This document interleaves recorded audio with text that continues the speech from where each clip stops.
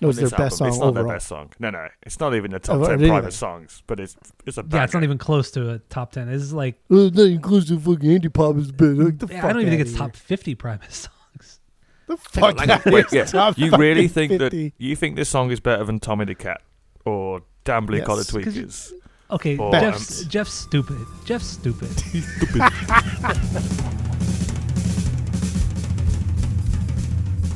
Welcome back to Asinine Radio, a weekly podcast where we talk about music, and, well, that's pretty much it. So, let's go!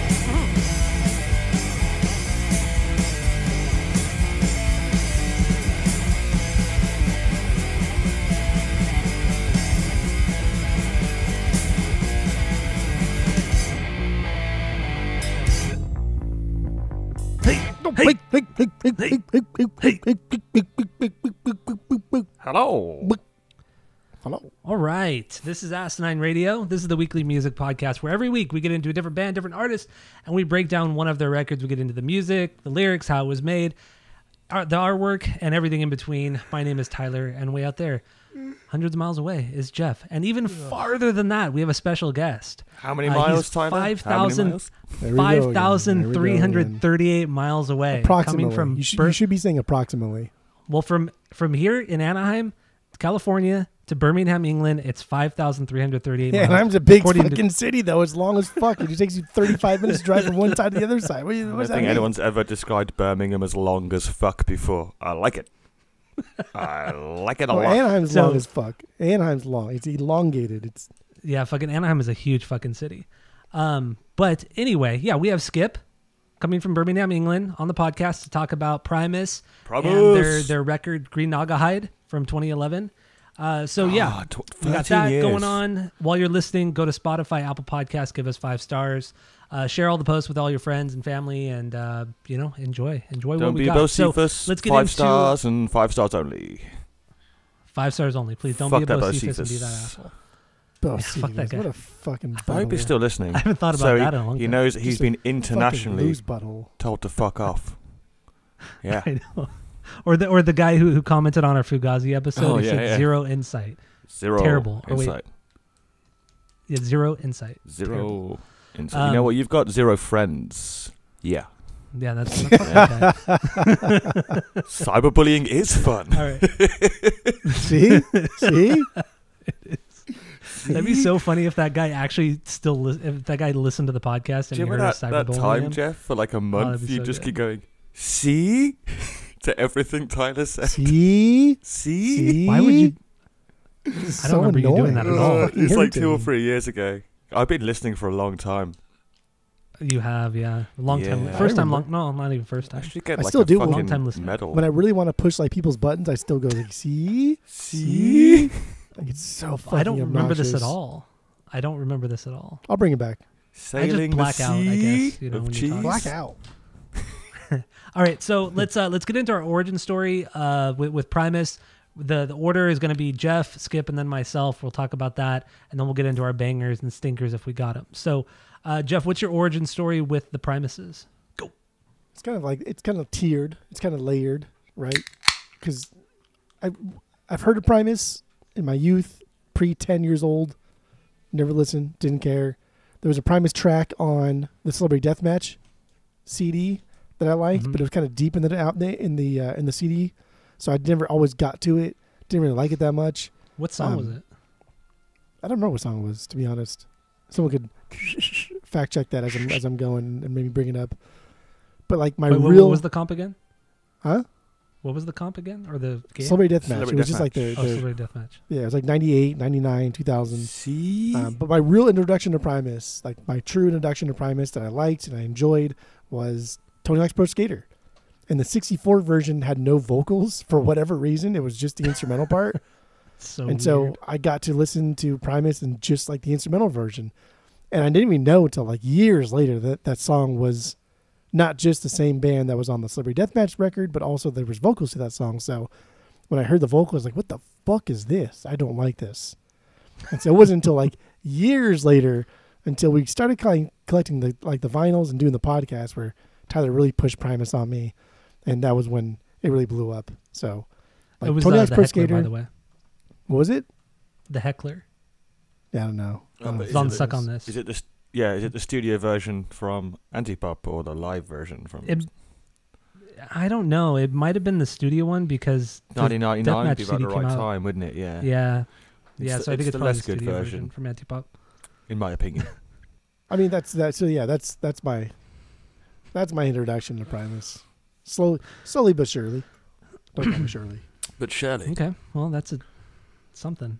Dumbest. All right, joke Skip. ever. So what's your origin story with the Primuses? With the Primuses, likewise to Jeffrey, it's twofold, but differently. So, I remember many years ago watching the MTV2s with my little brother, in fact, and this insane, wacky video of these kind of lacquered up plasticine-looking cowboys comes on, and like plays what we can only be described as we're Britlanders, so we don't have country in our DNA.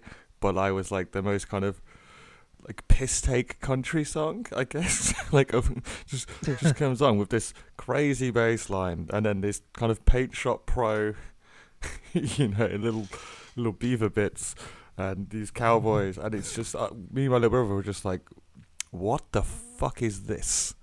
And we didn't catch the artist at the start of the video, when they show it at the start, and that's it. If you miss it, you'll never know. And so for years, this weird memory of this bizarre 90s video. And then I had a housemate of mine, friend of the pod, Alex, and he was really into punk music, and also he's a bass player. So he used to make me little compilations, and one of them had Tommy the Cat on. And the first time I heard it, I was like, "What is this shit?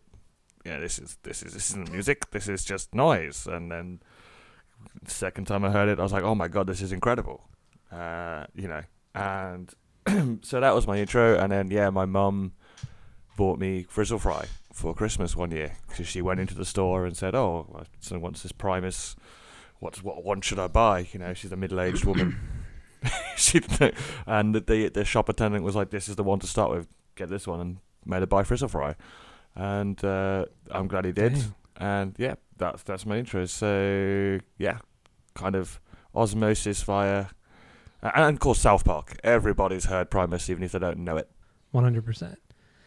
All right, my origin story. I mean, like you just mentioned, South Park, the intro. That's everybody's. I feel everybody knows that fucking song. But the proper intro was Tony Hawk Pro Skater 1, the first one from 1999. I just looked it up. That came out in 1999. I thought it was a little bit earlier than that. But I had it on the PlayStation 1, so it did have the version of Jerry Was a Race Car Driver with the vocals. And I remember when it came on, weird. the first time I heard it, I was at my cousin's house because he had the game before I had it. And that song came on, and I was just, I couldn't wrap my head around it. One of those moments where I've never heard anything like it, and I was instantly obsessed. And I remember going to various like stores that sold CDs, and nobody had Primus CDs. And so I just went on Napster and I downloaded Sailing the Seas of Cheese off Napster, and I burned that on a CD, and that's my origin story, is pirating Primus's music. So what are you yeah, what are you gonna do? So let's get into our initial thoughts, first impressions on this album Green Naugahyde that we're doing this week. This is the first one. Also, mention real quick, this is the first and only album that Jay Lane plays drums on as Primus, and so I know we're going to be talking about him a lot. So let's get into first impressions. What do you got, Jeff? Go. When we did Primus last, we were, I don't think we were really doing like the rankings of the albums and listening to everything at that time. No, we were. Pork Soda. We were? Yeah, you ranked them. Yeah, we did. I don't remember that Pork Soda our episode like at all. But I think because like the whole Grateful Dead thing exploded for me, and getting more into side projects and random bands that these guys have played in together, like that really, like I gravitated more to Jay Lane because of that, because he played with Bob Weir numerous times through like Rat Dog and like Bobby and the Wolf Bros, and then that's when I kind of went back to Green Naugahyde. I was like, holy fuck, this is like, I don't know, this is the best that Primus has done, because I think this is what they wanted to sound like, but they never could because they didn't have a drummer like Jay Lane. I think this is what they wanted to sound like in Frizzle Fry, but they couldn't be this funky, so they had to kind of like dumb it down, and they couldn't do this in like Cheese because I was a little too polished. This is I think this is what Les like always envisioned Primus to sound like. It's just they didn't have Jay Lane at the time. Well, he said, doesn't he, that Jay is his favourite drummer to play with. And Jay was, for the non-Yeds, Jay was the original Primus drummer who then had to leave. And, he wasn't technically the original. No, but he's the original kind of core lineup of him. When Todd Huth kind of settled on guitar, the Sausage lineup was like the original classic. Yeah. And sorry to interject, but Les, in the book, Over the Electric Grapevine, he says categorically that the drummer he feels easiest to play with, that the most natural chemistry is Jay Lane. And when they come back and Tim wasn't interested, he was approached, no-brainer. Jayski, as he calls him, was just, he was like, there was only going to be one person who was going to be if Tim wasn't interested, and it was Jay. And I think so like listening to everything this week and kind of really trying to focus on the drumming like this week, that's what I did mostly. And I think it's because Les doesn't have to keep an eye on Jay. Whenever he's playing with anybody else, any of the drummers in Primus, he has to kind of like keep an eye on them. He has to kind of tell them, guide them, this is where we're going to go next. This is kind of what I envision. And sometimes Les has to dumb down his parts. That way like Brain or Tim can kind of keep up and do something a little bit better. And not to say they're like bad drummers by any means. It's just I think Les and Jay have something unique that he has not found with anybody else. Oh, 100%. And I think with Jay, he can do things and he can be himself and be like creatively just fucking obnoxiously annoying and out there. And Jay, no matter what, will always keep up and will always allow him to do whatever he wants creatively, but not just be a metronome, but also add things to, add nuance, add texture, add layers to whatever Les is playing. And like, it has just been unreal listening to, if I could just isolate like Jay and Les and just, fucking layer on this record, he's fine, but whatever's. If we could just isolate those two, get rid of the vocals, we'd have an amazing fucking jam record here. Oh, yeah. Oh, yeah. I think the record would be better. But I think people shit on. I think Larry is so underrated because of he's in a band with Les Claypool. Like if he was in any other band, I think he would be talked about way more and be way higher on lists of guitar. The guy was taught by Joe Satriani. The guy can absolutely shred. Again, guys, go see them live because Larry always gets like a point where they just let him go off on one. And man, I saw Primus on a head full of LSD and fucking hell. It was just, I remember one point having my entire fist in my mouth because Larry was like playing like behind the frets and just every time you thought the solo would end, like, it can't go anymore. It can't. Oh, no, he's going. Like, he is an insane guitar player and he knows when not to play as well. And that's so important. And like, if you listen to his stuff, like especially on the latter Primus records, either he's just keeping like a ska upstraight beat or he's just completely out there doing some weird texture shit. Like he's playing with texture is incredible. Like he's just playing leads all the time, but you don't notice because you've got fucking Les Claypool as your bass player. Yeah. It becomes so buried, but then you need that texture in some of these songs. Yeah, especially I love how egoless post 2000. Yeah, how egoless Larry Lalonde is. Like, and he seems like such a chill guy in real life as well. Like, he's just a skater, stoner who loves the Grateful Dead and loves Frank Zappa, and just kind of fell into playing into a band at 17. Just fell into Primus after helping invent fucking death metal. Like I know, right? What was that band? It wasn't Blind Illusion. What was Possessed. It was like Possession. Possessed. Yeah. I went back and listened to that Blind Illusion record too. The one that him and Les played on. It's kind of a wild fucking metal record. Yeah, it's pretty out there. It's fine. It's good. Yeah. Sorry, we interrupted Jeff's origin definitely different. of the G. Yeah. No, that was. I got overexcited about Jay Lane. So clearly, we know your first impressions on this one.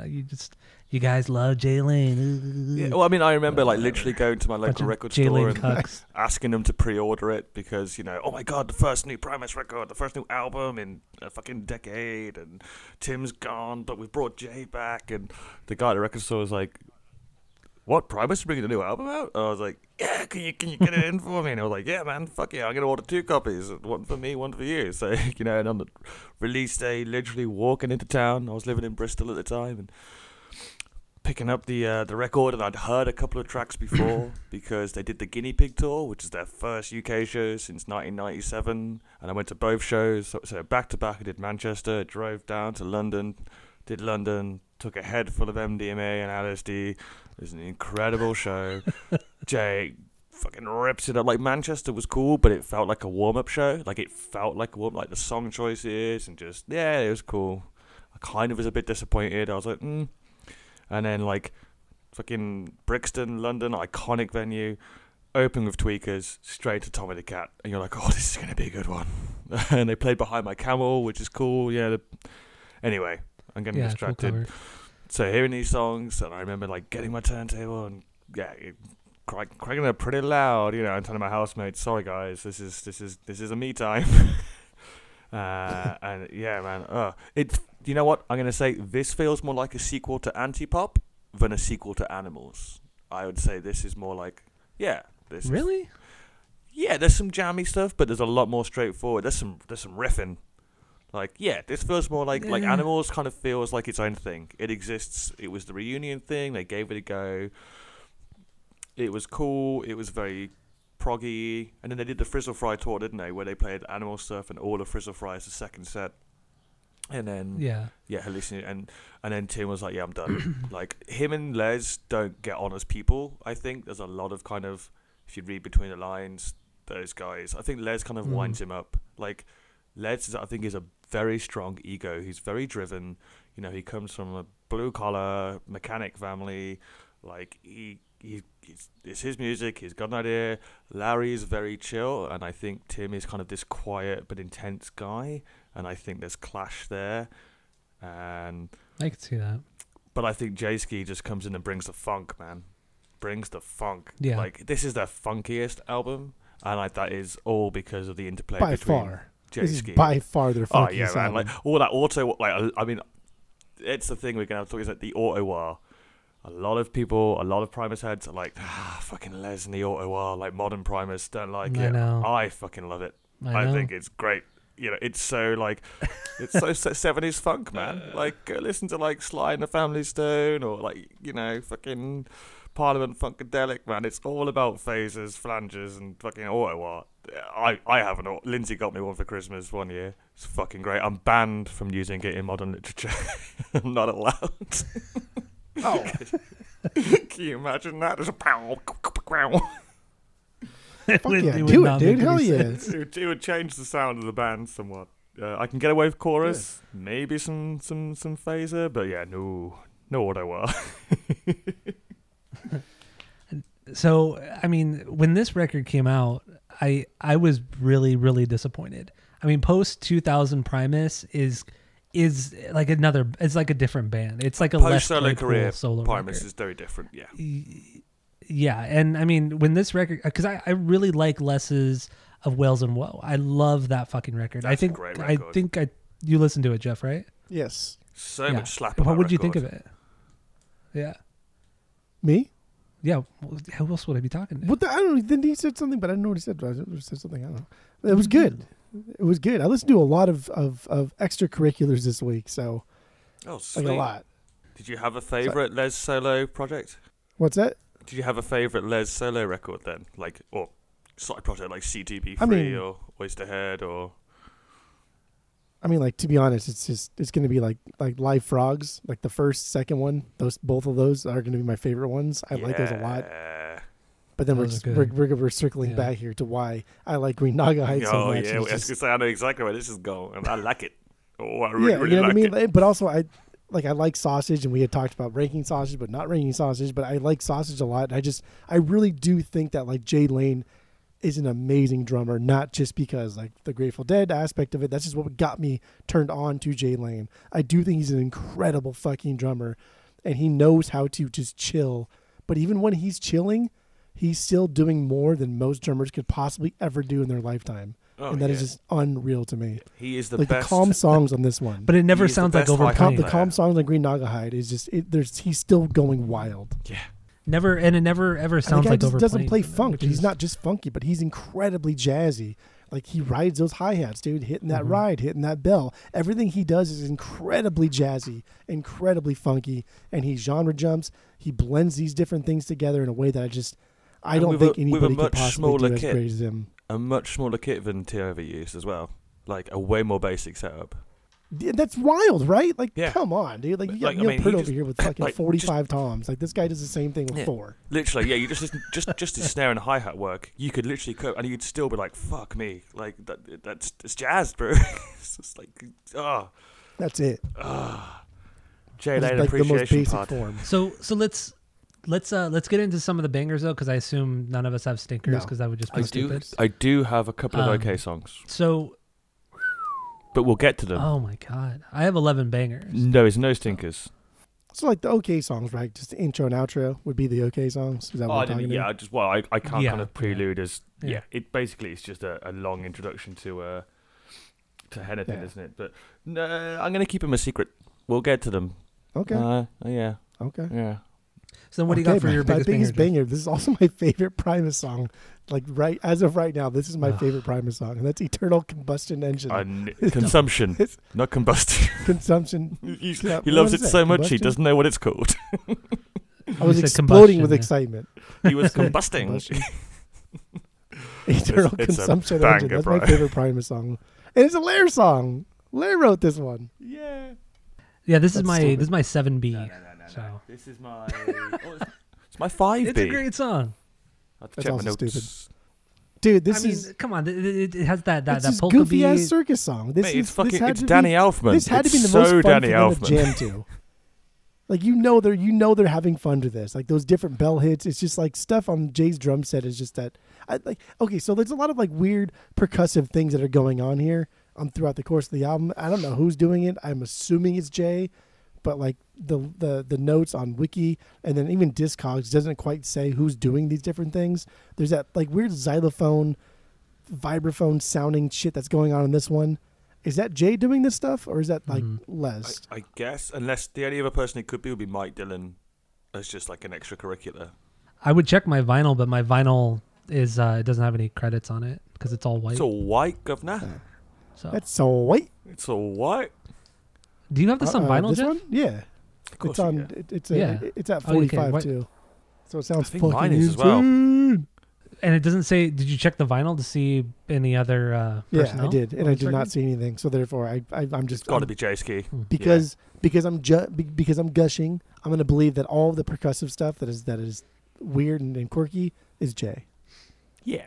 It could be Les too, because Les does a lot of percussion and drumming on his solo But I stuff. feel like so it because could it's be his him, too. band, he would have like made sure that everybody knows that it's him, right?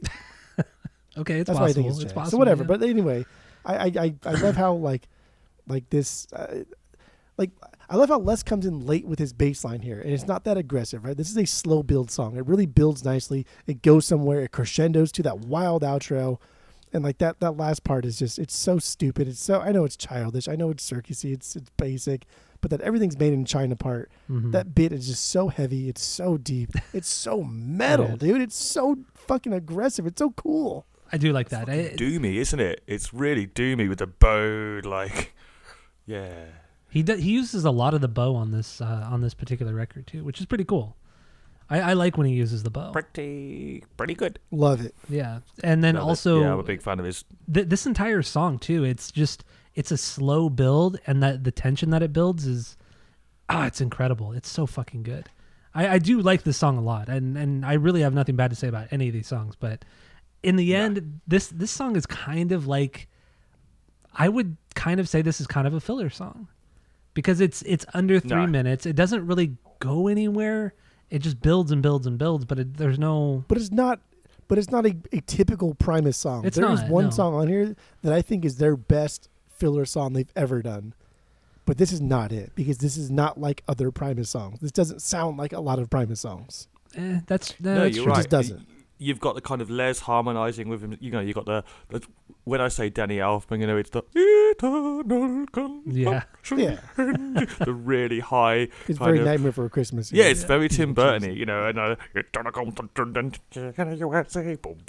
yeah, and again, how right-wing people don't get, like, he's ripping the shit out of capitalism and the American fucking dream here, you know, and being like, yeah, like, I want to buy everything, issue everything, but you can't take my job, but I want it cheap. But you can't take my job, but America, and it's just like, yeah, come on, guys. Do you listen to the lyrics, or do you just go, oh, it's Primus, and I like Donald Trump, it's heavy, but no. You know, he's very clear politically, without it being too political. It's kind of just satire, and it's fucking great. It bounces, it's polka-y, it's bouncy, it's Elfman, Burton-esque, it's silly, it's fun. Dude, this whole album, I think, is just fun. Like, it's kind of angry in the same way that Antipop is angry. There's a lot of almost grumpy old man Les across the album, you know, and there's a lot of anti-Sarah Palin stuff because she was the big baddie Republican at the time. Remember when that was your problem? Some fucking crazy woman, and now you've got the orange nut job, you know. Yeah. That was so fun when people hated Sarah Palin. I've always liked Sarah Palin. She's always just been like this fucking insane Alaskan native who just likes to shoot guns and shit, who had no business like getting into politics whatsoever. But yeah. I like the idea of her just being this fucking cool like grandma. Because she's kind of older, but yeah, I just like shooting news on her genuinely fucking porch. thought she could like be president at one point. I was like, nah, she's just. But who knows now? Well, wasn't she was John McCain's vice president, or he chose her as his vice president, right? Yeah, that's what it was. Yeah. Running mate, yeah. Running mate, yeah, that's what I meant to say. Yeah, you guys have made not you guys personally, you guys as a nation have made some pretty fucking terrible decisions. It's all the fucking same. Both sides, you're gonna get fucked. Anyway, let's go back to Primus. Because Primus is fun, dude. Yeah, so fun, dude. Lyrically though, there's not, to me on this record, there's not a whole lot. I get the satire and the political stuff. That's wild. But I don't get a lot of stuff lyrically. It's more of a placeholder. The lyrics are more of just a placeholder. I don't think they're super deep. Like, especially throwing it back to Pork Soda, which we did on the podcast a while ago. Pork Soda, you'll be doing just fine. You know what? There's way less of the like quirky stories that are signature of early Primus stuff. Yeah, that's very, very true. But I mean, that started on Antipop. These guys are older. Yeah, these guys are older. So whatever. But And like to make a song about like American greed and corporate greed, like, dude, come on, who gives a fuck? Like, Pennywise been doing this shit like album after album after album after album for fucking 25 talking years. About capitalism, you know, and it's low hanging fruit. Interesting shit. Oh my but God. it's a great song. It's good. I agree. It's their best song. It's their number 7, but it's okay. No, it's their best song. It's not their best song. No. It's not even the top 10 Primus songs, but it's a banger. Yeah, it's not even close to a top 10. It's like it's not even close to fucking Antipop is big. Like, I don't even think it's top 50 Primus songs. The fuck? You really think that you think this song is better than Tommy the Cat or Damn Blue Collar Tweakers? Okay, Jeff's stupid. He's stupid. I'm a few Guinness in now, boys, so I'm ready to fight. I'm ready to fight. I've drunk through my hangover. I'm going to start a fight. Calm down, Pink. We'll get there. Calm down, Pink. Okay. All right, boys. Back on track here. What's your 1B, Skip? Oh, wow. Went back and forth. It's changed a few times, but right now, in this place, in this time, it's Last Salmon Man. Because it's a fucking belter. Oh, wow. No. That's my EB. You're wrong. Man, you guys are fucking because nuts, this is like, okay, so there's 2 songs on this album that I think are, so like the Last Salmon Man, like I get it. Okay, we're just doing like the fucking Primus thing and doing the Chronicles, whatever. Like, so that song and then Lee Van Cleef. Those 2 songs are the least Green Naugahyde songs on this album. Last Salmon Man, that's my 11B. This is just a Primus song. This is a Primus song, but we don't need a Primus song when we're with Jay Lane. Let's do something bigger. Let's do something better. This is way too typical. This is way too... Right. normal I see Primus. what you're saying. I'm going to stop you there, Jeff, because I agree in a sense that it's just a Primus song. Now, track listing wise, so you've got Prelude, Hennepin, right? Which is, we'll get there, because it's definitely a fucking banger, boys and girls. We're going to chat about that song. But, and then, next track, and you get this dun dun dun dun dun dun dun dun. That's Primus, dude. That is the Primus sound right there. So we've been waiting a decade for a new record, and then suddenly you get this, because the way he strums with his fingers, man, it's so cool. And like, this is the first album where he used his new bass, the Pachyderm bass. It's very mids heavy, and that strumming is pure Primus. Like the way if you listen, like he kind of pops up the strings on the upstrokes, and he throws in some double forms. It's like bum da bum dun dun. It's again, it's if you're a musician, if you're a bass player, you're like, ooh, that's not just simple. Like he's doing some tech shit there that makes it pop. It's just and Larry's riffage. I made the bit at 2.5 minutes. The bit at 2.5 minutes where Les throws the distortion on, and then Larry just takes a solo. And if you listen to the fucking hi-hats there, like he never repeats himself. Like again, he's kind of chilling because you've got the solo, but J-Ski ain't chilling. Like it's just the flick of the wrist on the hi. There's a lot of cool Primus. like jazzy shit he does here with those hi-hats. Like this song is 100%. amazing. It's really, really good. And like when Maybe Larry, that's like the difference between like you guys and me is when you hear a song like this, you're kind of like, oh, thank God, like I can hear like a Primus song from the era that I love from Primus or whatever. But like to me, like a newer Primus guy, it's like, oh, I've already heard this. Ugh, do something else. I get it. I you know what? I agree to disagree, but like in like an agreeable way. Tyler, Rebecca. Agree I to thought you disagree? died. Well, You're not gonna say anything? Goes on the no-no list. Just continue. Just continue. Okay. Tyler's not doing his fucking job. as a I moderator. see. That's all right. Jeffrey, I see what you're doing there. That's right. I freed you. Like, to me, yeah, it is the most Primus. Freed you? Jeff freed you. Is that what you say? I freed you? Yeah, Jeff Jeff Freed? freed you. It is the most Because Primus. like when you say re, it sounds like F-R-E. Free, I freed you. Yeah. Freed you from thinking this is your 11th banger. No, mate, it's number one. Like, it's just, it goes so hard, and like there's so many different tones. Like over the like Larry and like Les kind of trading delay. They kind of have a delay off in the like the breakdown bit. It's really cool, and that kind of reminds me of the more kind of that is more like the kind of Animals era, but like kind of funkified up because you've got J-Ski and they get to the point, they play it, and they go back into the song. There's a load of dynamic. And it is like a throwback in terms of, it's another fishing song, and it's a kind of story about like a guy whose the dad. fourth installment. Yeah, of the Fisherman Chronicles. Yeah, and it's about but it's about local stuff. Les grew up fishing those waters. That's why, and I love the bit where he just goes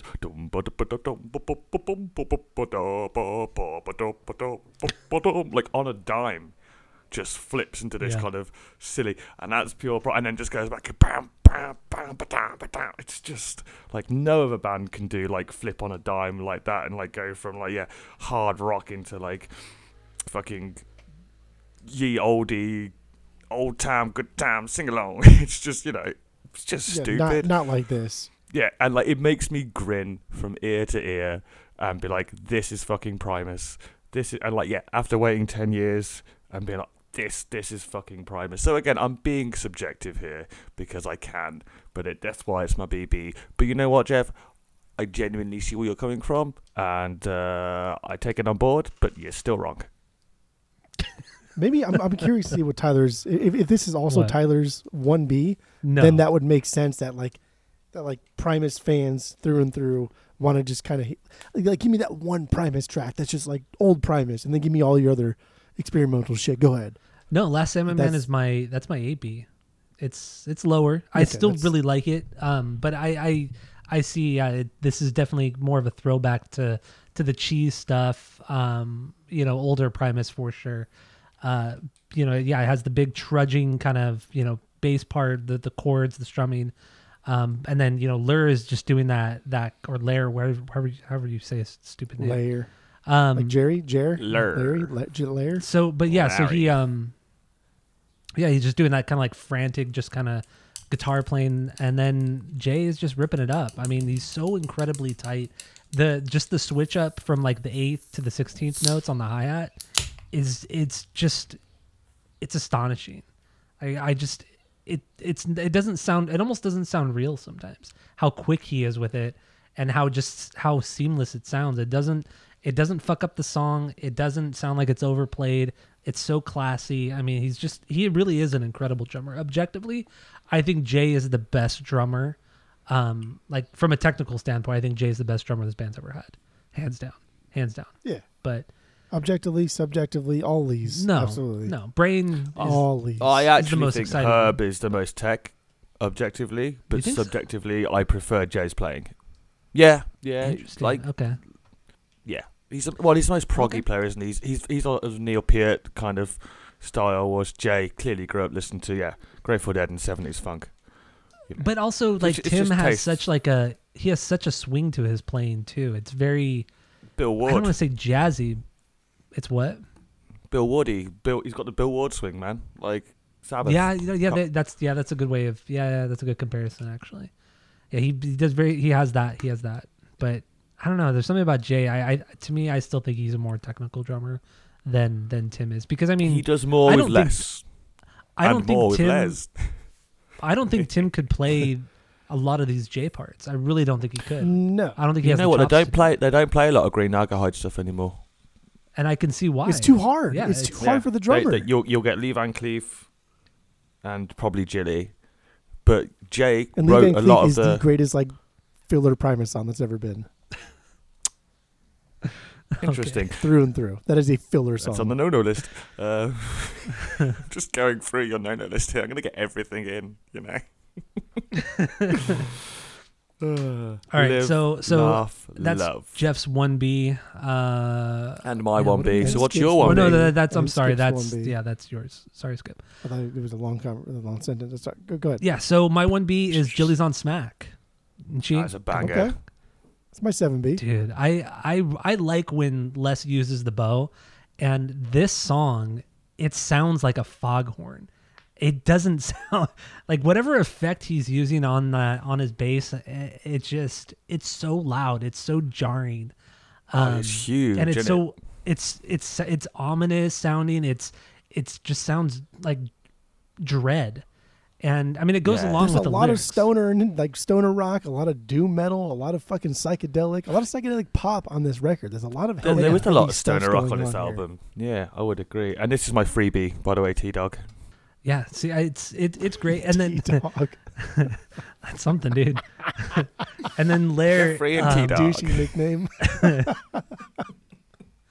and then Larry, he just has the big delay on his on those clean notes, very U2-esque. I love Larry here. Love him. I think it matches perfect with what Les is doing on the bass, with just that droning of just him sliding the bow back and forth. Yeah. And then Jay's just busy as fuck, man, on those hi-hats. The entire song. This song is Jay. This song works because Jay can do it. Yeah. Yeah, well, Les- this was Les it can do started that- as that a Larry ominous guitar tone. line, and then Jay started Dude, Larry, jamming to it. he's just picking. He's picking the whole Yeah. time. Larry's just picking the whole time. He's doing his thing. He's keeping it bizarre, but also keeping it tight. That's because Jay allows everybody to do so. Jay's like, okay, I know what you guys are kind of doing. I feel like these guys probably worked in the song outside of like Jay, but they couldn't quite like groove. They couldn't quite get it right. But now that Jay's in here, he allows him to do so. He's just like the Travis Barker to Mark and Tom thing. Mhm. Show me Yeah, I what you like got. I'll make I like it work. that. And like Yeah. that's what happened here. Yeah, I agree. And it's Also, dark with- as fuck.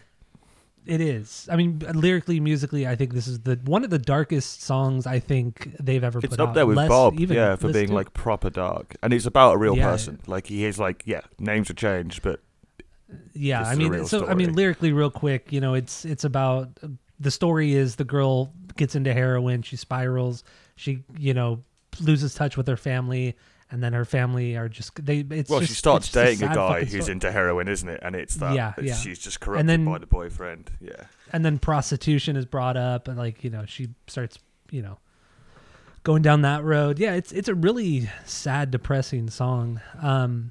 But then also like going back to Jay, I love the snare tone on this song, and really this entire record. His snare tone is just, it's perfect. It has the right amount of crack from like the 90s piccolo snare crack, and like modern production. It's perfect. His drum tones absolutely are perfect on this song and this entire record.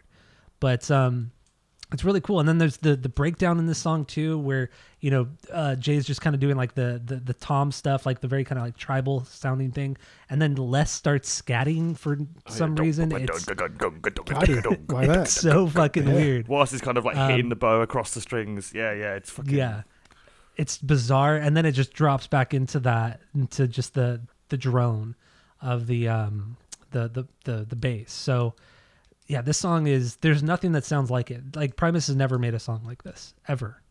And it's very, very unique. And this is my favorite song on the record. Good. So 1B. Good. So what's your 2B, Jeff? How to clear my throat. Tragedies are coming. Yes, buddy, that's my 2B too.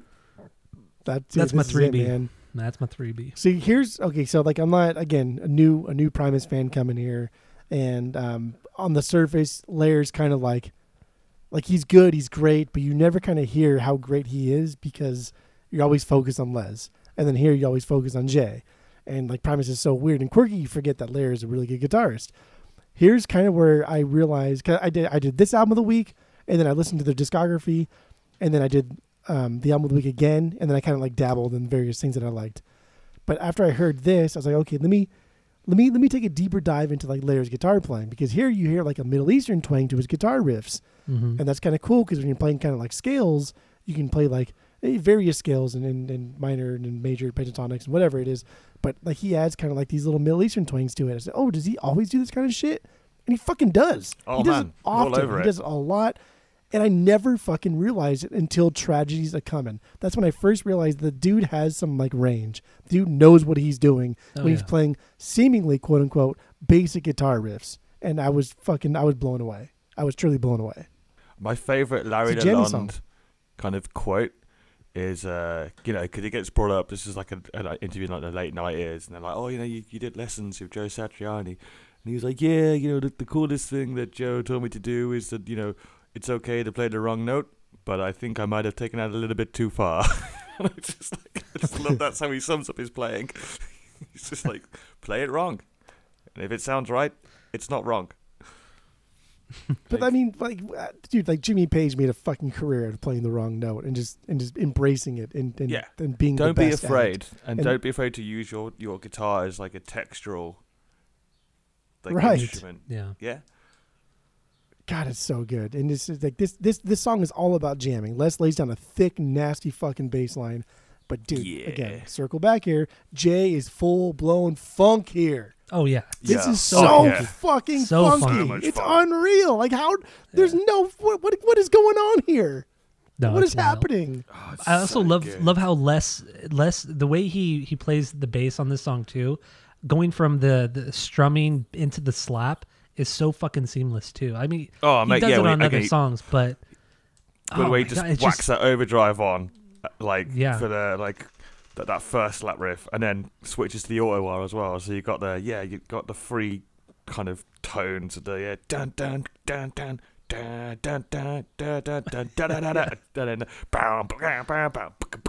Like those mute notes, man. Like it's insane. No one else plays mutes as aggressively as Les Claypool. Like no one else plays those mutes. They're almost like anti-mutes. Whoop, anti-mutes. Like. And he gives it so much funk, like because it's like percussion and it plays off, and Jayski plays off those. And, tasty. It really is. It really is a jam track. But like, dude, like Lair really surprised me on this one because everything he does here is just, dude, he lays it down thick. He knows when to chill and just play rhythm. Right? He doesn't do much except kind of just riff off of Les. Mm-hmm. But like, damn, dude, his solo on this one. Like less is more. Like this is one of his best, maybe his best solo he's ever done. Ooh, it's wanky, groovy. It fucking leads somewhere. It calls back to the intro of the song, and then it fades back into the jam just ever so nicely. It's unreal. It's and so I love good. that intro guitar on a din din din din din din din din din din din din. Like it's just a little bit wild, and you're a bit like a little bit edgy, and then goes into this like slick Rick funk. You know, again with the auto wah and just ripping it, and this is one of the songs that they. I love it. God, I know it's Marmite, like isn't it? I don't like the one of you wouldn't. Man. I knew you. I don't. Because he started doing that shit post 2000, and you hear it all over his solo shit, like especially on with Whales and Woe, and then the what's the Fungi and Foe, that one too. I mean the Ottawa on that is insane. It's way too much, and it bleeds into this Primus stuff too. I mean you don't hear it as much on Desaturating 7, but on this record it's all over it. And this song, it's cool like in small bursts, but I feel like he completely changed his style from like normal Les Claypool Primus, big chunky heavy shit, and he just throws that Ottawa on it. He changed bases, didn't he? And there is a lot of a lot of chat and a lot of people, and I'm gonna say I prefer the Carl Thompson over the Pachyderm bass. I think the Carl Thompson sounds better. I get it, the Pachyderm bass, it's all about the mids, and he is a very mids-heavy player, which is unusual for a slap bassist. Normally, as a slap bass player, getting into the nerd shit now, you scoop your mids, so you've got like loads of low end and loads of high end, and that's where you get the thump and the pluck and the boom, bow, and you don't need the mids. Let's just turn that on its head. He does Frowny Face, which is much more like a pop punk bass player, and uses the bridge pickups. Well, when he had the Carl Thompson, it was a bridge pickup position, and that's why it's so fucking chunky and massive. Because it takes up a space that normally a vocalist would use, and because of Les's vocal stylings, he's more like he kind of scats over the song, and it's kind of like talky and it's like that, that he doesn't need that much. I mean, I get told off for doing it in my band. Literally, I'll have sound engineers be like, "Can you leave some space for the vocals?" And I'm like, "No."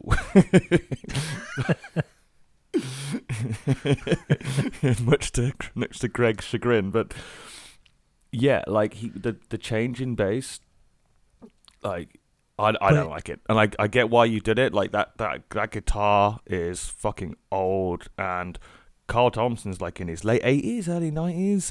He can't just fucking go get another one, and they're all individual instruments, and it's such a strange little piccolo bass thing, 32-inch scale. Because he was designing them for Les, right? That's the whole like rainbow bass thing that the rainbow bass was designed for him. So designing them for Les. So the first Carl Thompson he got, the one that's on Fizzle Fry, his main bass, he bought in a music shop. Just it was hanging on the wall, and he thought it was the, and I quote, ugliest piece of furniture I'd ever seen. And then I tried it and was like, I have to have this thing.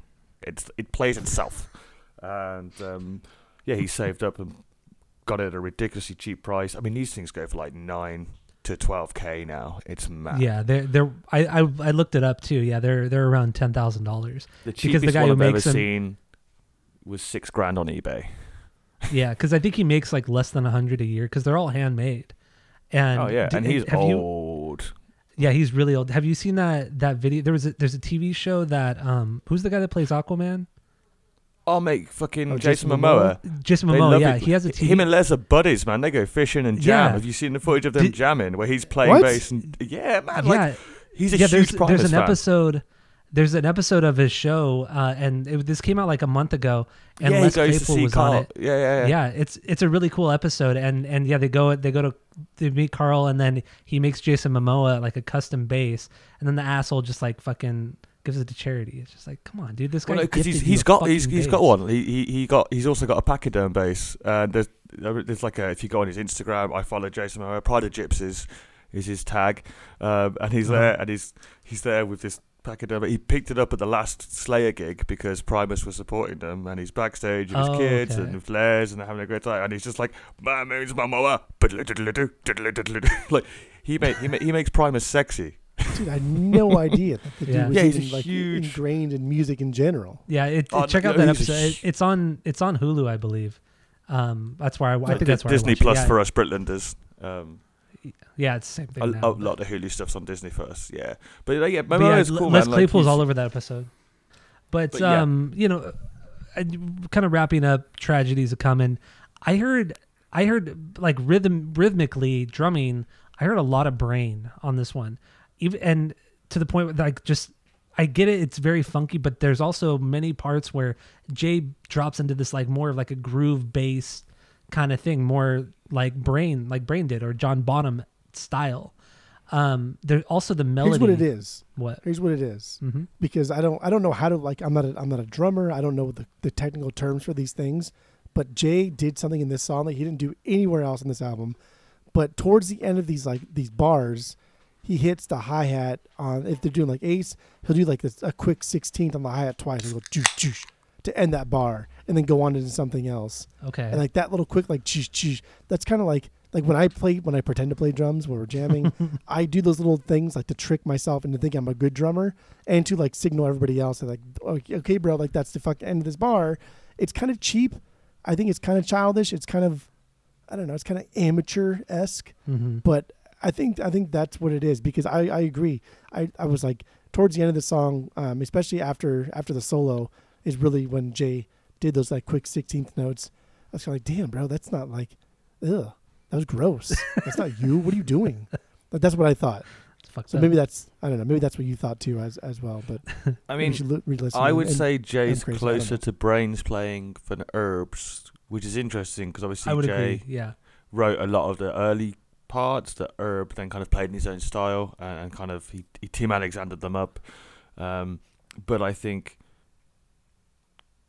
Jay's got a lot more jazz and funk to Brain. Brain is a more straight up player. Like he's like a really fucking good rock drummer, and like, you know what, if you listen to an anti-pop, I think that's a really good example. Like he's got some really cool. He does do great hi-hat stuff as well. Like great hi-hats, and I think that's where the comparison is.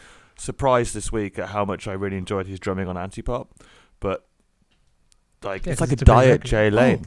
Why would you want a diet Tyler, when you could go full fat Coke? Sorry, go ahead. It's an American Gigolo. Now I'm trying to think of a song that utilizes that quick thing. An American that real quick hi-hat thing that Pat does in American Gigolo. What? That's what at Jay the end does. of the riff.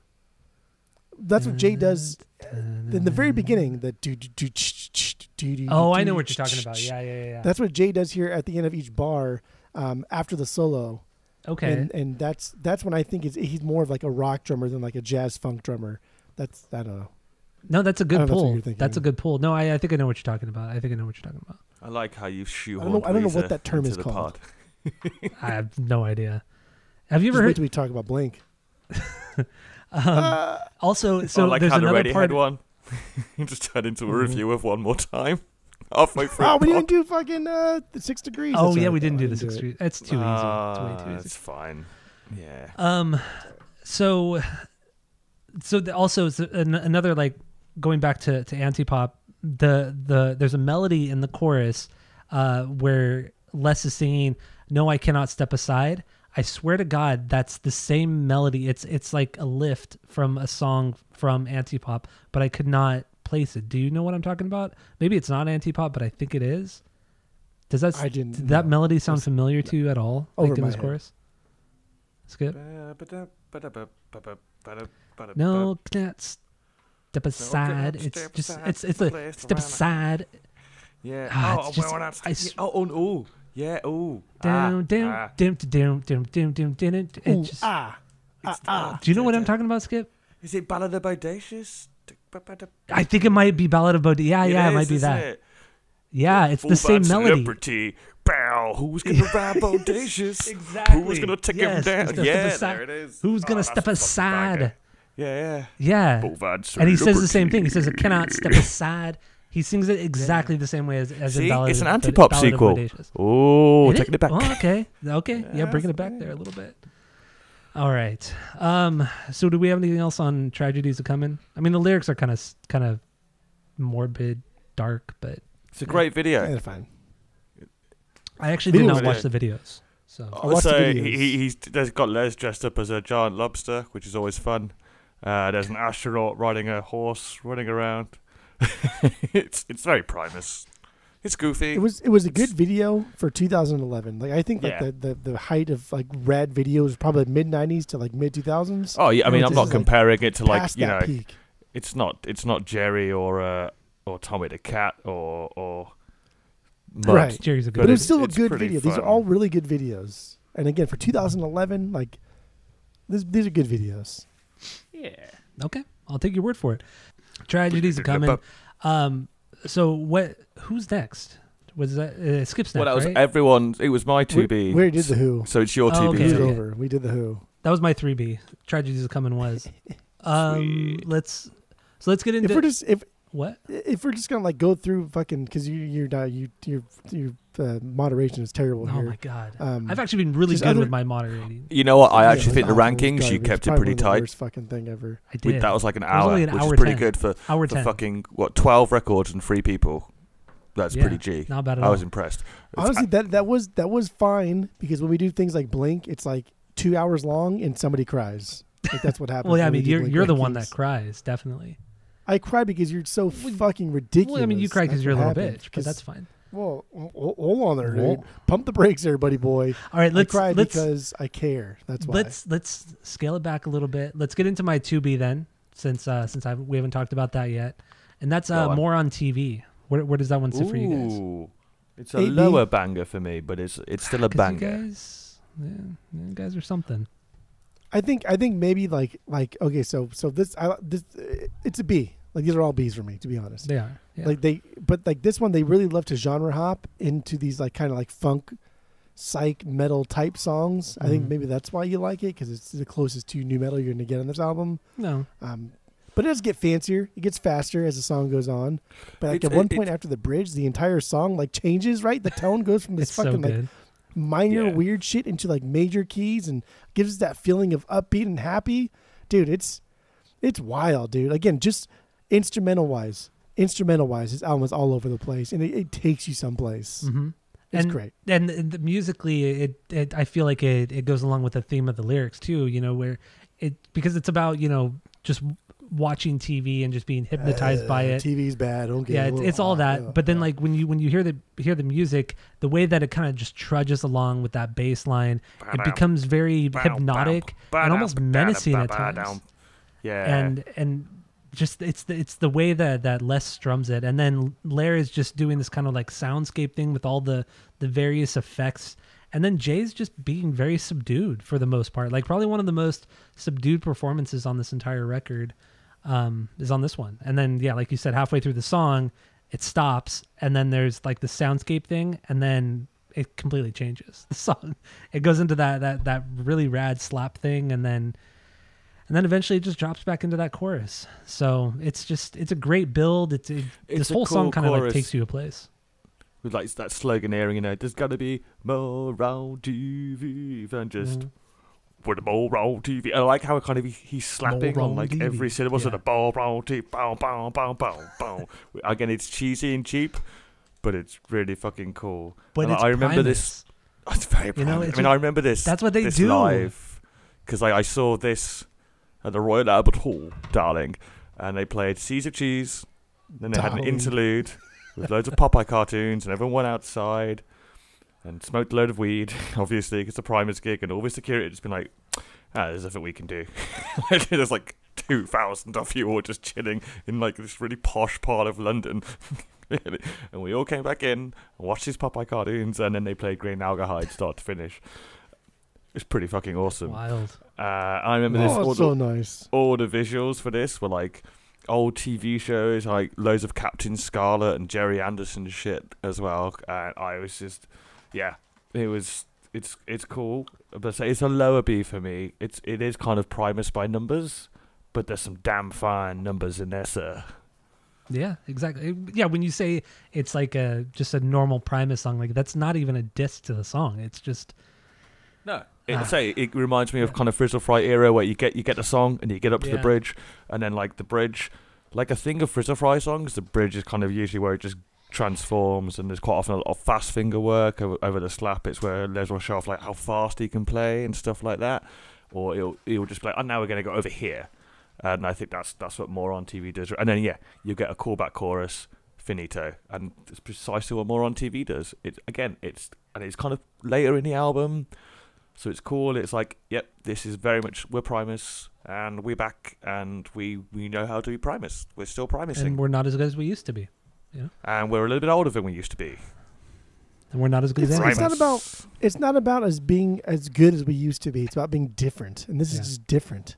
Like, you're not going to come after Andy Pop after fucking 10 years of not making an album and then, like, redo, like, Cheese or Frizzle Fry. That's stupid. That's dumb. I agree. I'm so glad they safe didn't. and boring. Like, I'm glad they didn't. Yeah, Like, exactly. there's callback songs, but they didn't go, we're going to write Frizzle Fry 2 or Sailing the Seas I mean, they could. of More Cheese. They could, and it could still be really good. That's the thing, too.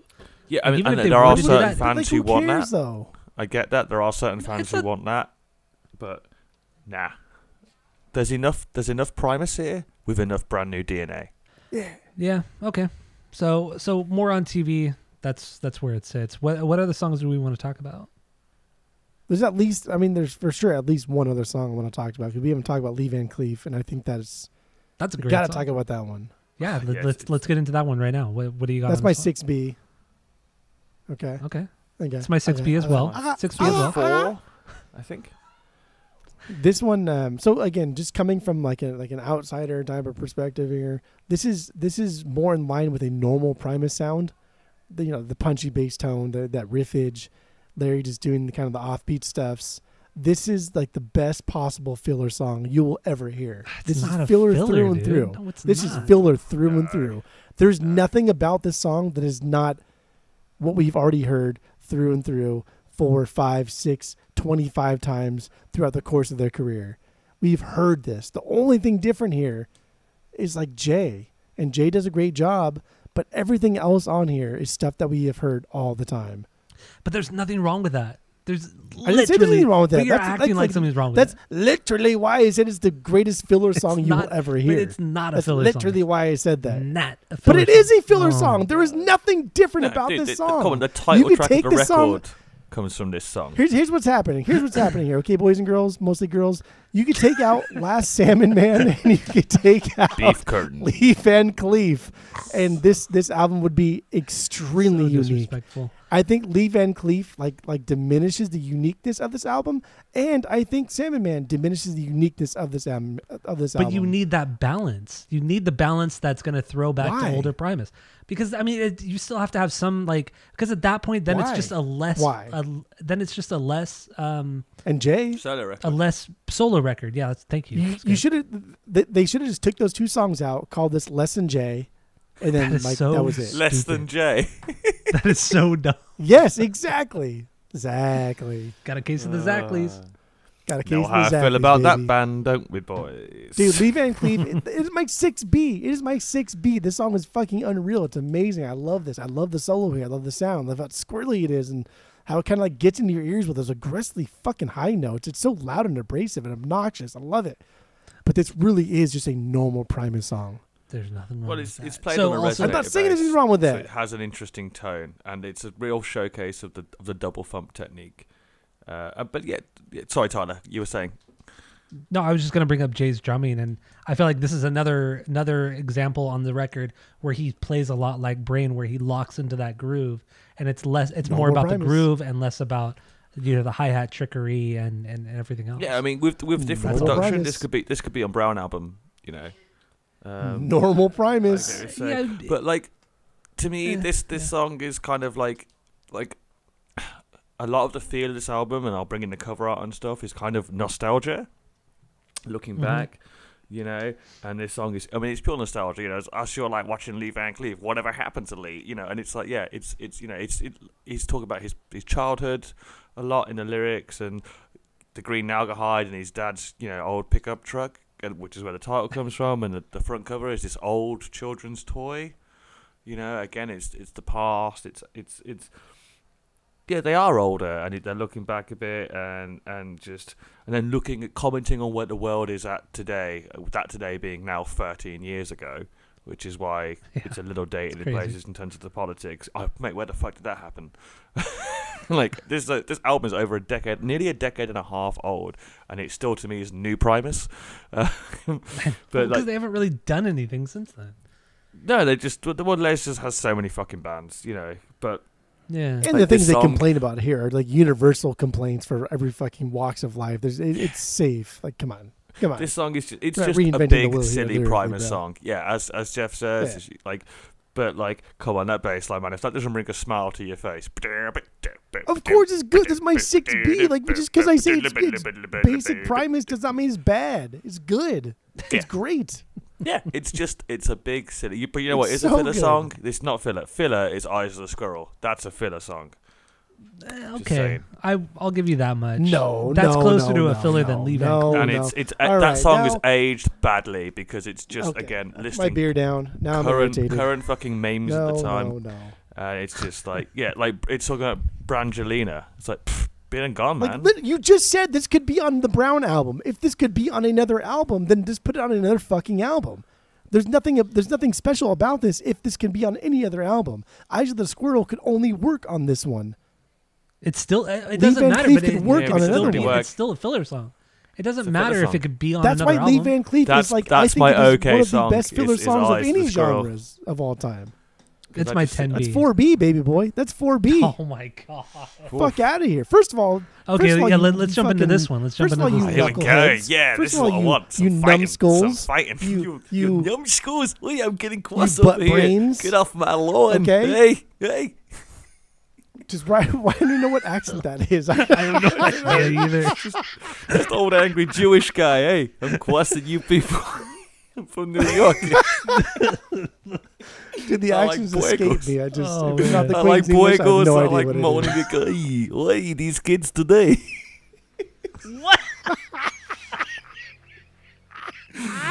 Oh my god. Eyes of the Oh, Squirrel. Anyway. so good. Eyes of the Squirrel. Eyes Eyes of of the the squirrel. Hey. Right off the bat, cool use of stereo here, right? When the fuck have we heard Primus like actually utilize proper like channel separation? They do all it maybe quite a I'm bit on wrong. this record. time. What did we have the actual separation between like here is the intro, it's drums or bass or guitar or whatever, and seconds later we hear another one, and it's completely separated until we come back in with the beat. Maybe I missed it. I don't know. Did I miss it? Is it the only time they do it? They do it a lot. They do it a lot on this record. But like outside this Outside this record, record, I Production-wise, wouldn't- like production. I would say no. Okay. So given that, but this song specifically is the most aggressive of that separation that we get on this record. So already right off the bat, I think this is unique in itself because of that. That's a production technique. Like who gives a fuck, right? Whatever. But it's still unique. Dude, Jay's drum beat, fucking silly. Comes in That's hot. silly boy talk. Comes in hot. This song is the most Hot. like stoner rock, psychedelic thing that we hear on this record. It's slow, No, dramatic, Home for the heavy. Man's Way must Fucking- a rock, man. Dude, no, Les has really nasty lines. It's so like he has so fast that you can't even like pick apart the notes that he's doing. But it's still like Oh, the really little slow, screaming. right? And bow. Yeah, it's squirrely. And then all the nuance he adds his little fucking bends in the riff sometimes to church it up, or he slows it down and then scales up, or he slides up and adds more texture and hits those individual notes. Like, dude, everything about this is just so dumb. It's so slow. It's so dramatic. This is stoner rock and psychedelic rock of the late 60s and early 70s, but none of them were good enough to do it like this. And that's the only reason why like Hendrix is not like Primus, because nobody could do it like Les could do it. And nobody could do it like Primus could do it. And here they're doing it in 2011. That's it. I hear the this is silly psychedelia for boy sure. talk. For sure. This is not fucking filler, right? What are you talking about fucking filler? What part of this is filler? Oh, I said said if lyrically, we're man, it's gonna have aged filler, so this would be badly. it. Yeah, It's and like just you stupid. just said, It's like stupid. it kind of just trudges along. It doesn't really go anywhere. It's kind of like squirrely and psychedelic. So there's groove and hypnotic kind of repetition, but it doesn't go anywhere, does it? It's just. But it's the journey, not the destination. And sometimes it is the destination, but this one's the journey, not the destination. And we can hear, we can listen to Tommy the Cat over and over, and that's great. That's fun. That's iconic. But it's 2011, baby boy. We can't keep rehashing old songs, old tunes, old sounds But over we again. can write songs This that is aren't different. filler. Just saying. This is not one of them. I agree. This is not one of them. Okay. There's nothing about this song that is filler. Yeah, you're right. There is no filler on this song, but I know I'm fucking right. I'm always right. You guys are both fucking. You guys bumped your fucking stupid heads into each other. You're probably sitting in the same fucking room, pretending you're not sitting in the same room, fucking bumping your dumb idiot heads into each other, I'm acting like you're not touching dumb Tyler idiots. right now. Right in his butt. His butts are funny. child. Butts over are for here, pooping, bro. child. Butts are for pooping.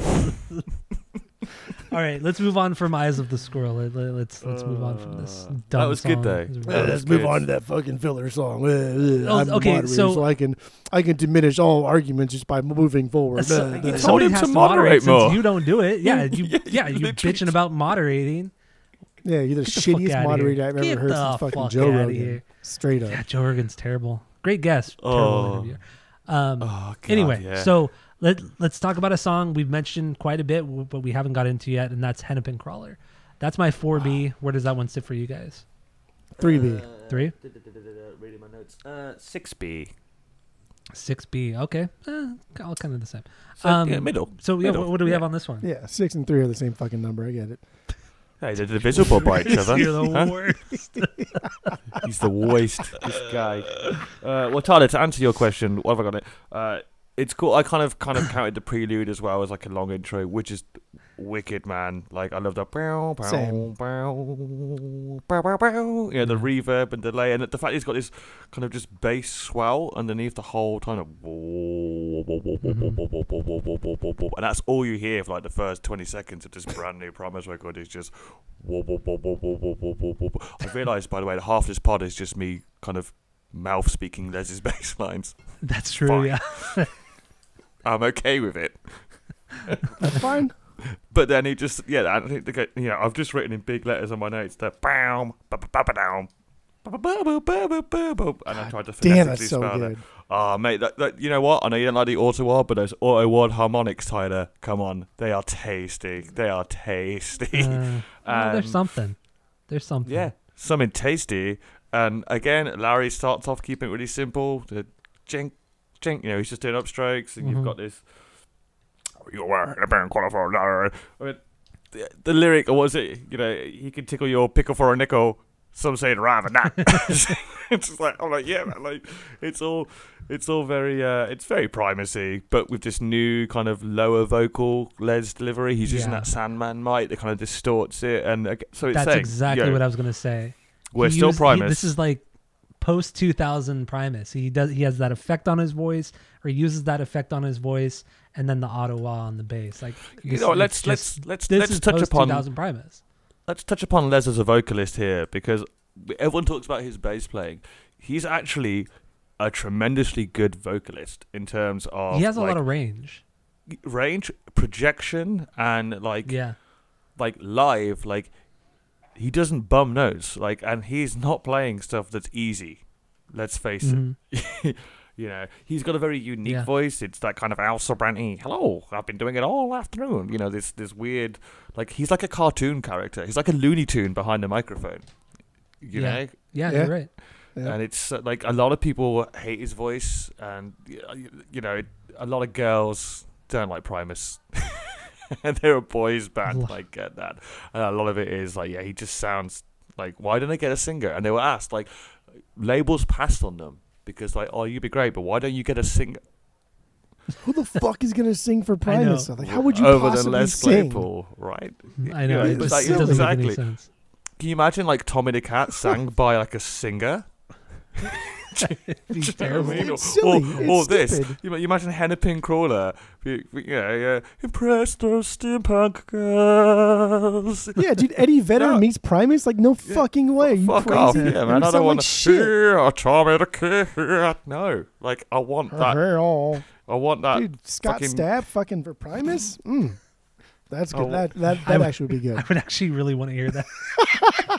Scott Stapp singing for Primus. Oh, my Holy shit. God. Yeah, well, we heard That'd be pretty Maynard sick. singing for Primus. That was That a was so shame, wasn't annoying. it? God, Maynard. That is was just- such a fucking travesty. I don't know why that happened. Musically, I though, cannot that was stand that guy. that was a pretty fun track. Like, it's interesting. Some cool synths going on, and yeah. just Maynard is so underwhelming. It's just and Tool in general are just terrible. I Not know I terrible, like but them the more than worst. you guys. I do, but a lot of the critiques you were leveling in that episode, I was like, yeah. Yeah. Well, I mean, it's only because you're a cuck to Justin Chancellor. That's why.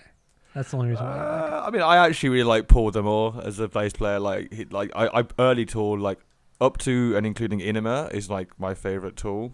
Like, and he wrote a lot of the bass parts that ended up on Inema. He just left before it was Okay. recorded.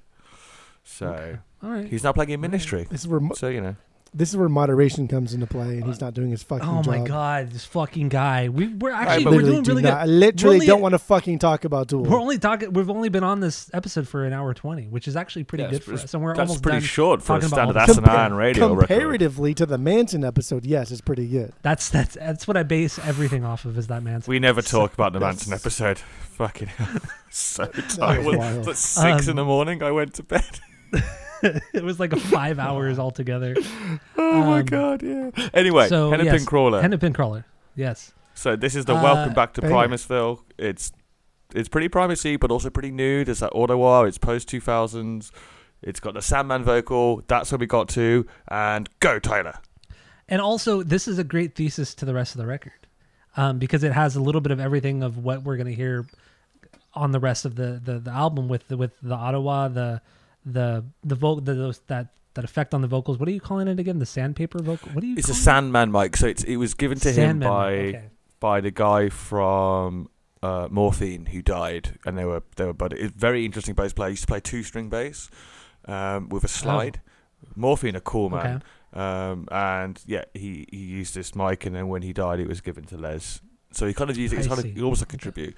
Morphine, a cool man. Like, that's a tangent. Dive in. I'm going to moderate myself and go right back to you. Yeah, I haven't heard of them, but I'm interested. But anyway, yeah, that's what this song is, and it has Jay's super tight fills and all that good shit. And Lair really isn't on this song too. He doesn't really shine until you get to the bridge, where he gets that little solo, and then Les, gets his solo right after, which is also cool. But anyway, Hennepin Crawler, that's my 4B. I think that was Jeff's 4, and then Skip 6. My 3B. Oh, 3B. Okay. It's a good intro to the record. Yeah, it's a good track 1 for sure. I don't think it'd work later on in the record. Okay, boys and girls. Again. Okay, here we go. If get the fuck out of here. Like, you think that Jay's not like the best drummer that Primus has ever encountered in their life. Like, straight up, once his song drops in, it is nothing like. And Primus drops in hard. Primus can drop in hard to their songs, but I don't think they've ever dropped in this hard. Ever like this. Oh, holy fuck, this is different. Like, damn, even for Primus. But also, but you're but also you hadn't listened to a lot of the solo stuff that Les was doing in the 2000s, because this is very reminiscent, especially of Wales and Woe. It's very, very reminiscent of that. It is Wales and Woe, yeah. Yeah, it's just with way more. Wales and just whoop. very Wales and whoop. Whoop. The only real difference between the two records is Jay's playing. That's the only. I really like difference. I really love the go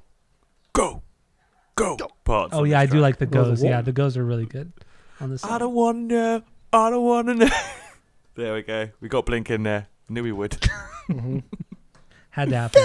Go. I don't wanna know. All right. So we're good with Hennepin Crawler. So there's only 3 songs we haven't talked about. That's Extinction Burst, Hohen for the Man, and Green Ranger. Green Ranger, that's close to a filler song. That's bottom tier on this record. And they always fucking play it live. And I'm like, mate, why are you wasting 3 minutes of my time?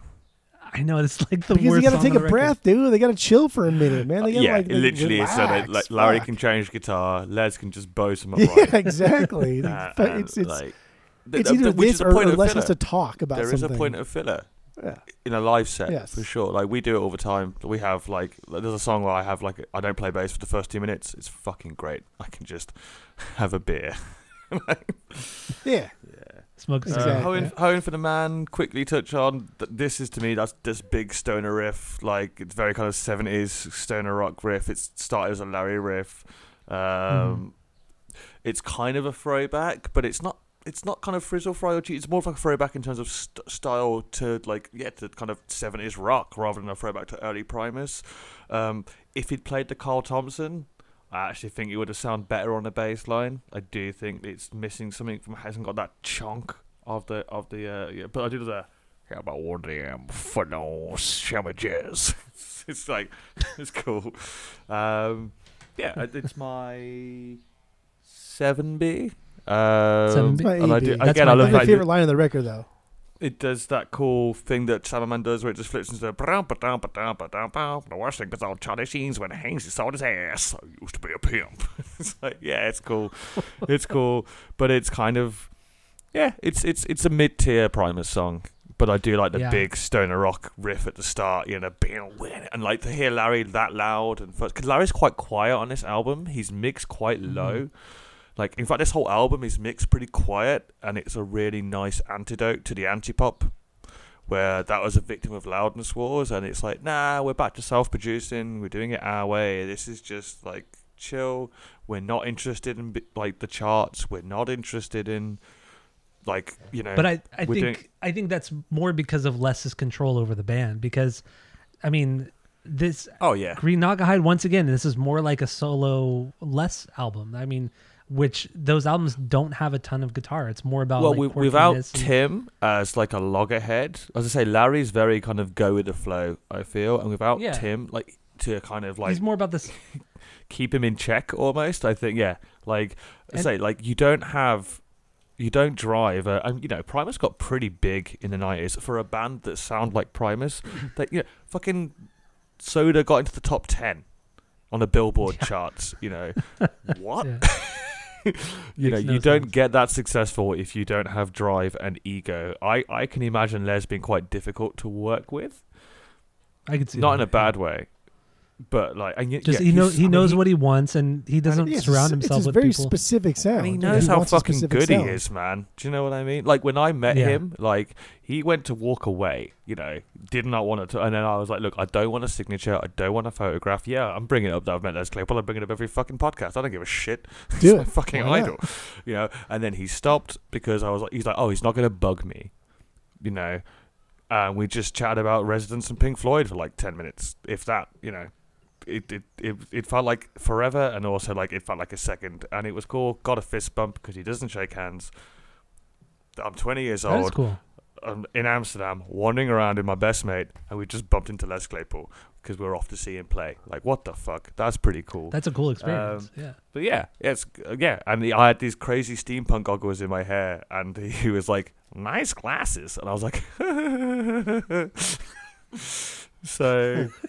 Yeah, I can imagine it's quite difficult to work with. So it's really nice to hear Larry coming through is the arc tangent point of this. And Home for the Man, it's a big, silly, dumb riff, which you don't actually get a lot of in Primus. You get a lot of texture playing from Larry. So to hear a song starting with a big guitar riff, it's quite unusual. I like it.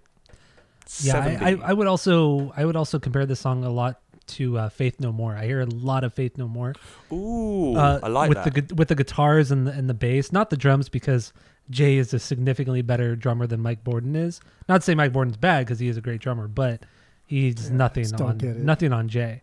But yeah, I hear a ton of Faith No More, and also I hear like a lot of the layered vocals. I hear a lot of like Nightmare Before Christmas, Danny Elfman stuff here too.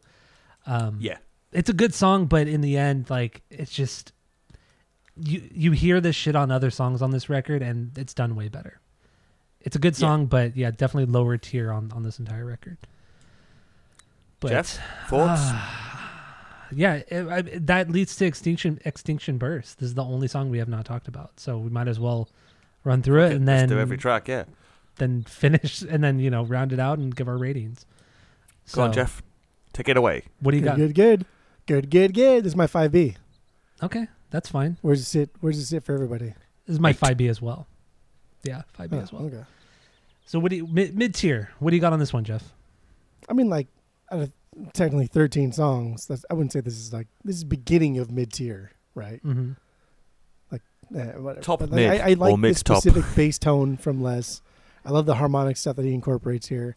Again, Jay slays this one. A lot of tom usage, and that little like bell hit after his drum riff.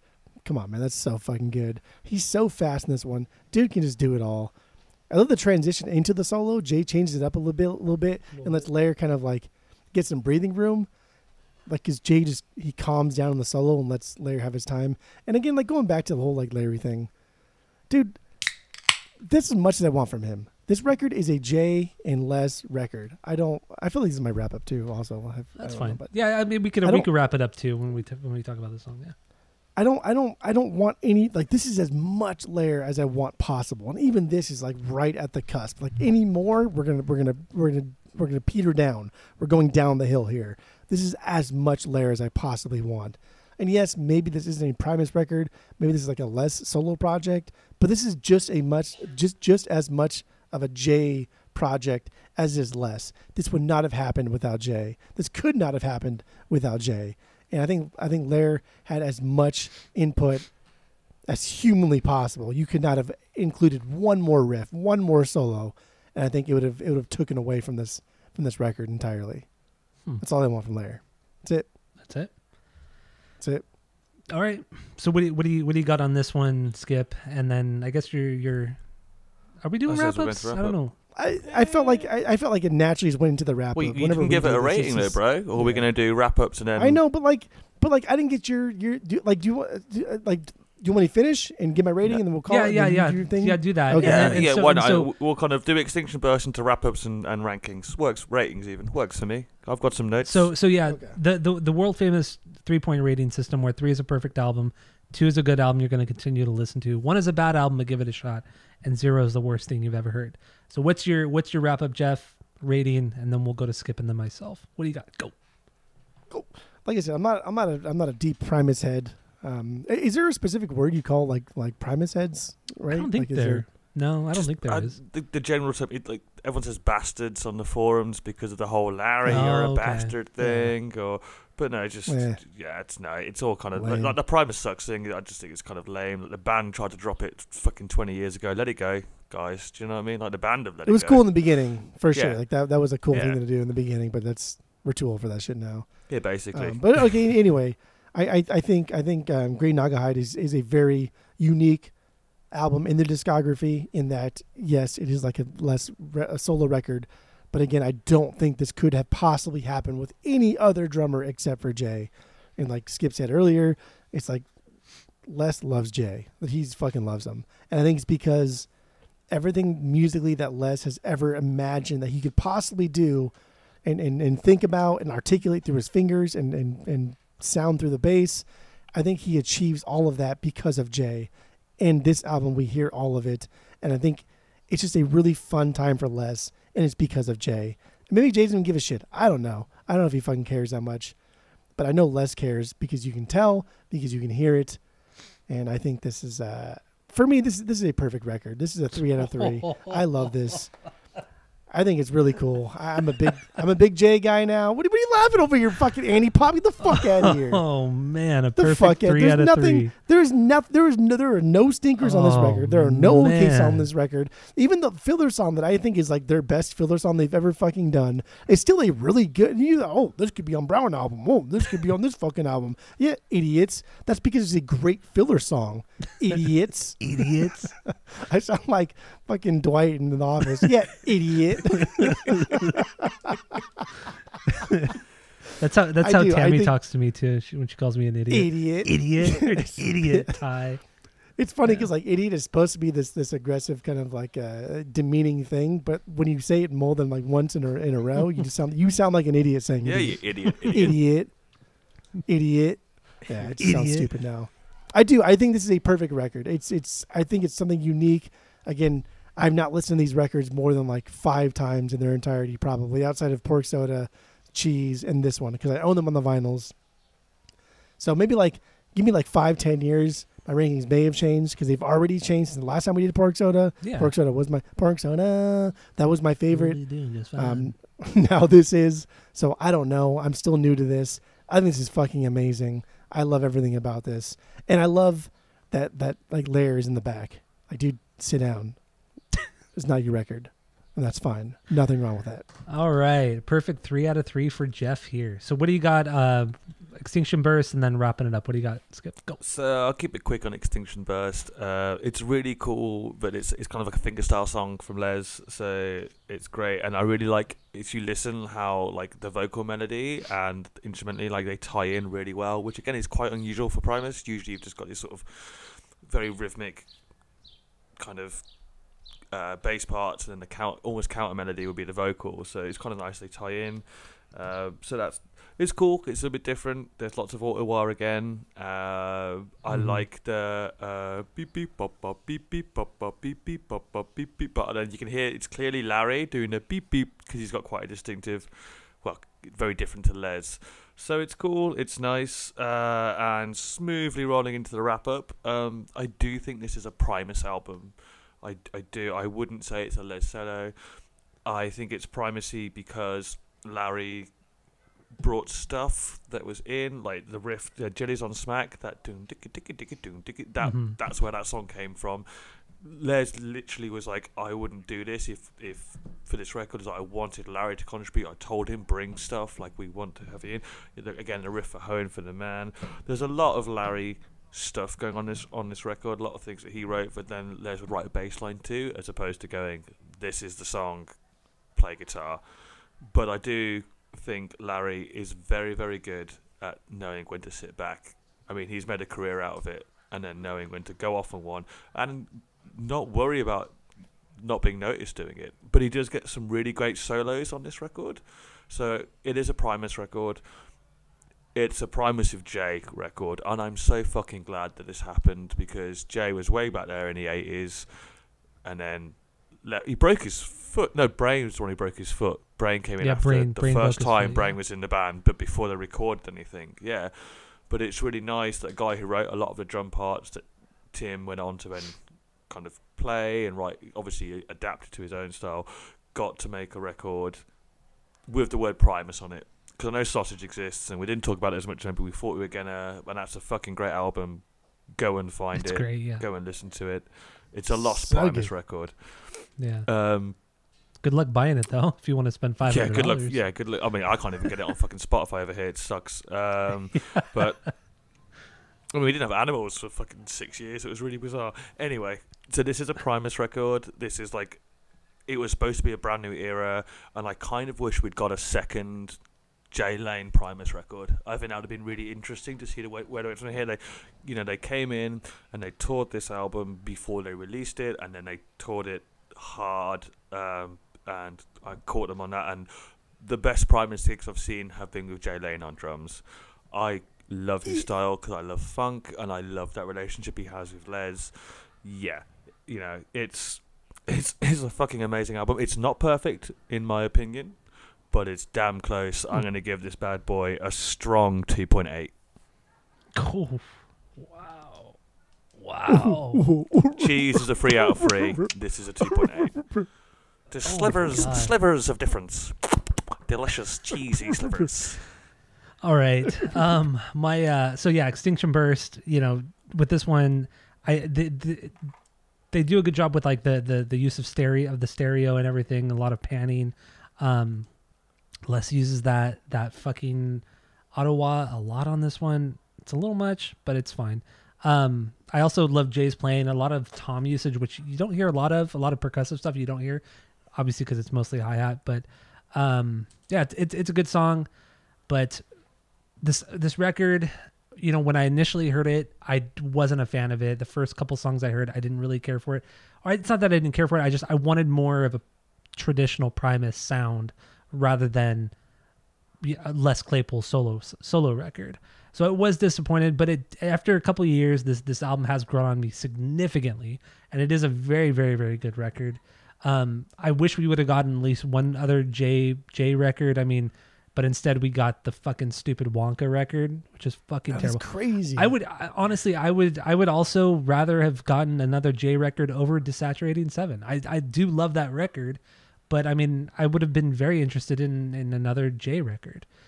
Or throw Jay on Desaturating 7. Let's get full prog. But I mean, prog. But also Jay left the band. Like, it wasn't like he was fired from the band. Like, he left the band to go play with Bob Weir. So I mean, that was his thing. So that's another reason why we don't have another Jay record. Yeah, it wasn't because of an animosity. It wasn't because No, I mean, I also think they've always said it's Tim's spot when he wants it. Like, there is an agreement there. And it's because those first three records are just unstoppable. Like, it makes sense. That classic lineup. Yeah. Yeah. Absolutely. The Holy Trinity, baby boy. Absolutely. And yet you didn't put any of them as your number one record, Tyler. I didn't, because Antipop is the best record. That's fine. But I also put Cheese at 2 and Pork Soda at 3. So there's that. Pork Soda. You'll be doing just fine. So yeah, with this album, it is a fantastic record. I love going back to it. I have it on vinyl, obviously. A better copy than Jeff's and yours too, Skip. That's annoying. That's first pressing. So. So yeah, with that, I will give this a perfect 3 out of 3. Whoa! It's an outstanding record. I don't do that often. I don't do that often. God. I don't do it often, but it's a perfect 3 out of 3. Dude, Tyler, that means your top 5 are perfect records. Yeah. Damn, girl, that's wild. I love Primus. I have forever. I fucking love this band. So yeah, That's so absolutely. Wowzer. You know what? I would say diving back into this the band aggregate here is like was 2.9. so fun. What'd you say, Skip? Even with Skip's stupid rating, it's 2.9 for Green Naugahyde. It's diving back into it, like, because these guys were my favorite band as a teenager. Like when I was 15, like so my gateway band was Nirvana when I was like 11, 12, whatever. But Primus were like, I was fucking obsessed. I loved them. They're one of the reasons I play bass guitar. Like, so cool. And I devoured them on a daily basis. And to be honest, it's been a good few years since I've listened to some of these records start to finish. So it was really great to be asked on and to deep dive into their discography. And I spent a lot of time just grinning away to myself, being like, oh yeah, Primus. So that was great. And they're a band of multiple perfect records. That's absolutely 100%. Yeah. Like, yeah, everyone who likes music should check them out. You might not like it. I get it. They're pretty weird. They're pretty out there. But again, this is a band that broke the Billboard Top 10 with an album that's fucking dark and weird with a giant pig on the front cover. Yeah, yeah. Very, very true. Only in the 90s could this shit happen. An ugly fucking pig, too. Pigs are already ugly. That's an ugly-ass clay pig. Yeah. Let's clay pig. Let's clay pig. Let's clay pig. So yeah, 6 perfect Primus records. I mean, they're just an incredible fucking band. They're fucking stupid. Go and see them if you get a chance, man. Both of you. I really do want to see them. I don't care how much it costs. Just do it. Just do it. They how long are they going to keep going? Like Les is 64. Something He's not like young. that.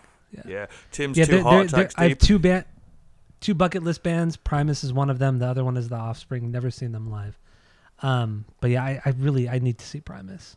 I really, really do. I've never seen The Offspring either. Yeah, No. I love them, but Yeah. I have. I just don't think I want to see them now. I know when it's just Noodles and Dexter. It's like, are they really The Offspring? Old So and just they're old. It's on 2001, baby boy. You cannot get better than see, that. What year did you that's- see yeah. him? 2001. 2001. Baby boy. Just said it, So that's yeah, all right. classic lineup right there. Fuck. The only thing better was seeing them on the Smash tour. But even then, I still want to hear some American songs. My friend Gabi, she's from Germany, and she saw The Offspring during the Ignition tour in Germany, in Berlin. Yeah. So that's pretty fucking Fun. cool. Yeah. Fun. Yeah. Fun. Berlin's cool. I thought that was super. Berlin is cool. I saw But Tool in anyways, Berlin. why would you go see Tool? Oh my god. We saw an M. Night Shyamalan movie in Berlin, We did. didn't we? Yeah, the one with Zoe Deschanel and Mark Wahlberg. Yeah. The Happening? Is that what it was called? That's Zoe in there? Yeah, Zoe Deschanel, yeah. She's like the quote unquote love interest in that movie? Yeah. That was her. Oh my god. And we saw that movie when we were in Berlin. Yeah. Remember that fucking shitty movie theater didn't have ice? We asked for ice for our Yeah. soda. Like, what the fuck is Yeah, ice? they- Hey, what is this fucking ice? And I think that's like a I French think they went accent. back and like chipped ice off of a giant block. Yeah, they chiseled like They ice off. You fucking idiot European. And we were the only people in this movie theater. The 3 of us. Yeah, the movie That's sucked. awesome. That movie- I love it when that happens. But yeah, no, that's not a great movie. He's not Yeah, made the a lot movie- of great Do you movies guys for not a use while. ice over there? Like, We have fucking you don't ice in use Britain. ice? Jesus Christ. They didn't have it like everywhere because we didn't go to Britland, but everywhere There we you went in Europe, go. all 8 countries, none of the 8 countries fucking served ice. Warm soda. We're drinking Yeah. warm soda like a bunch of idiots. We're drinking pork soda. Drag out a can pork of warm soda. soda. All right, so that's all we have for this episode. Thank you all for listening. Thank you, Skip, for coming on. I Thank do you have some inviting homework me, for. man. It's great. I do have some homework for both of you. After today's episode, go back and listen to Antipop 10 more times, and then get back to me and let me know, You know, how every this time I listen I to thought it, it was I'm actual going to homework. drop it. I'm going to That drop was a it one in my stupid rankings, which would make it like minus 14. I dropped it to my rankings today. Like, it got dropped 2 today. But it was better than I remembered. I will say that. I'll finish on an agreeable note. Good. It was better than I thank you for remembered. that. but it's Thank still you. Ranked mid-tier at Primus 7 at best. or 6. It's All right. top 7 Primus. I'll give you It's that. top 1, but that's fine. So yeah, thank you all for listening. Go to Spotify, Apple Podcasts, give us 5 stars, tell all your friends, and that's it. That's all. But also, I think maybe you'll think I've ranked it higher than you thought I would. It's anti-pop. God, you're so dumb. No, So no, no, dumb. no, no, no, no, no, no. So No.